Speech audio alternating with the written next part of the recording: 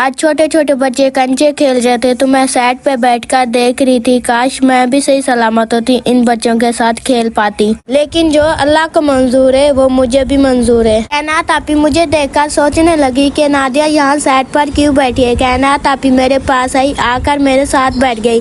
कायनात आपी ने बोला, नादिया तुम यहाँ क्यों बैठी है, तुम भी कंचे खेलो ना। मैंने कायनात आपी को कहा, वैसे मैं भी खेलने के लायक नहीं हूँ, मुझे बच्चे खेलने भी नहीं दे रहे। कायनात आपी ने कहा, लेकिन क्यों, मैं जाकर इनको कहती हूँ सब बच्चे आपके साथ मिलकर खेलेंगे। कायनात आपी ने बोला, बच्चों खड़े हो जाओ। जब बच्चे खड़े हो गए, कायनात आपी ने बोला, बेटा नादिया भी आप लोगों की तरह इंसान है, जब भी खेला करो आप लोग नादिया के साथ खेला करो। बच्चे भी राजी हो गए मेरे साथ खेलने के लिए। कायनात आपी मेरे पास आई, बोलने लगी, नादिया आप बच्चों के साथ खेलो। मेरा दिल बहुत खुश हुआ, मैं आगे बच्चों के साथ खेलने के लिए। इकरा ने मुझे एक कंचा पकड़वाया। इकरा ने कहा, नादिया ये जो दरे के साथ बैठे आप इनका निशाना लगाओ।